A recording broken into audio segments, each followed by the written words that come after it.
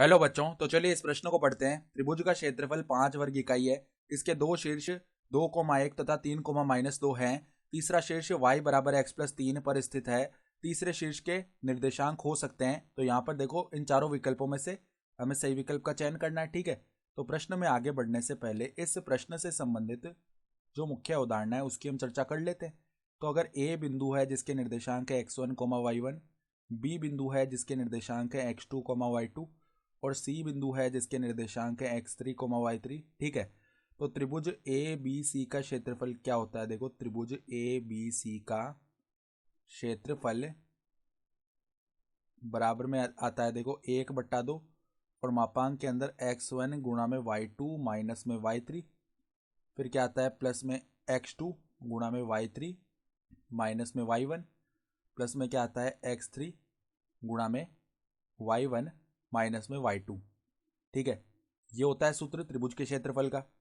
तो आप देखो, यहाँ पर हमें क्षेत्रफल तो दिया हुआ है 5 वर्ग इकाई और 2 शीर्ष बताए हुए हैं और तीसरा शीर्ष ये बताया हुआ है कि इस रेखा पर स्थित है।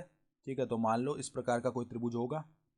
ए शीर्ष मान लेते हैं इसका 2,1, बी शीर्ष मान लेते हैं इसका 3,-2 और सी जो शीर्ष है ना, उसके निर्देशांक हमने एक बार के लिए x, y नहीं, एक बार के लिए इसे h, k बोलते हैं। ठीक है, तो हमें h और k के मान बताने। तो पहले तो देखो, हम यहाँ पर क्षेत्रफल में इसका मान रखते हैं, तो 1/2, फिर मापांक के अंदर देखो क्या आ जाएगा x1 यानी कि 2 गुणा में y2 माइनस में y3। तो y2 का मान कितना हो जाएगा? देखो -2। ठीक है, तो देखो अंदर आएगा -2, माइनस में y3 का मान कितना है? k है। सही है। फिर देखो प्लस में क्या है x2, तो x2 का मान 3 है गुणा में y3 माइनस y1, तो y3 का मान है हमारे पास k, माइनस में देखो y1 का मान कितना है? 2 है।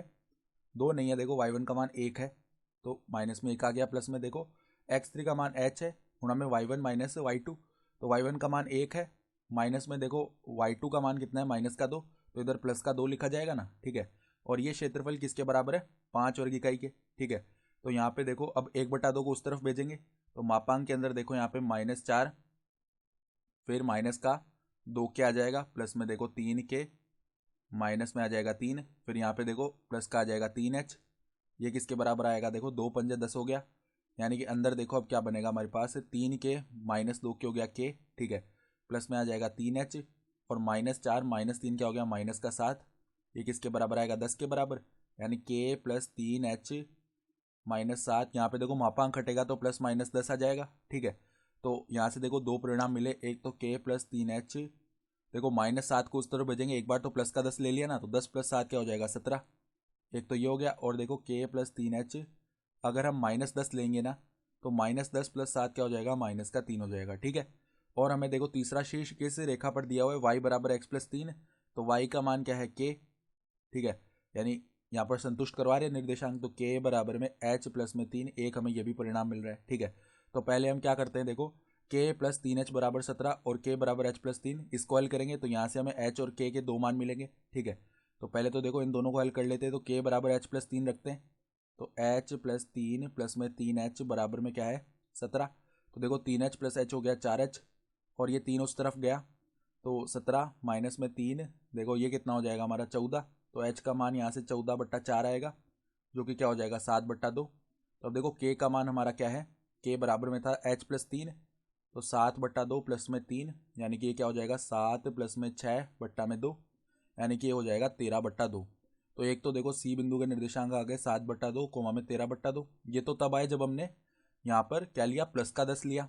ठीक है, यानी कि विकल्प सी एक तो सही आ ही रहा है। ठीक है, फिर हम क्या करते हैं, एक बार माइनस का 10 लेते हैं, तो देखो अब क्या आएगा? माइनस का 10 जैसे लेंगे ना, तो k प्लस 3h का मान -3 आया, तो यहाँ पर k बराबर h प्लस 3 रखते हैं हम, तो देखो h प्लस 3, फिर देखो प्लस में क्या है? 3h बराबर में क्या है? -3, तो यहाँ से 4h बराबर में क्या आ जाएगा? -6, तो h का मान क्या आएगा? -6/4, यानी कि -3/2।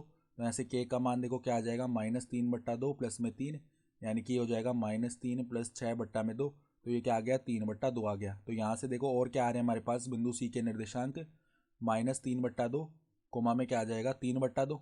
ठीक है, ये आ रहे, यानी कि हम देख पा रहे हैं कि जो विकल्प ए है वो भी सही विकल्प हो गया। तो विकल्प ए और सी दोनों सही हो जाएंगे।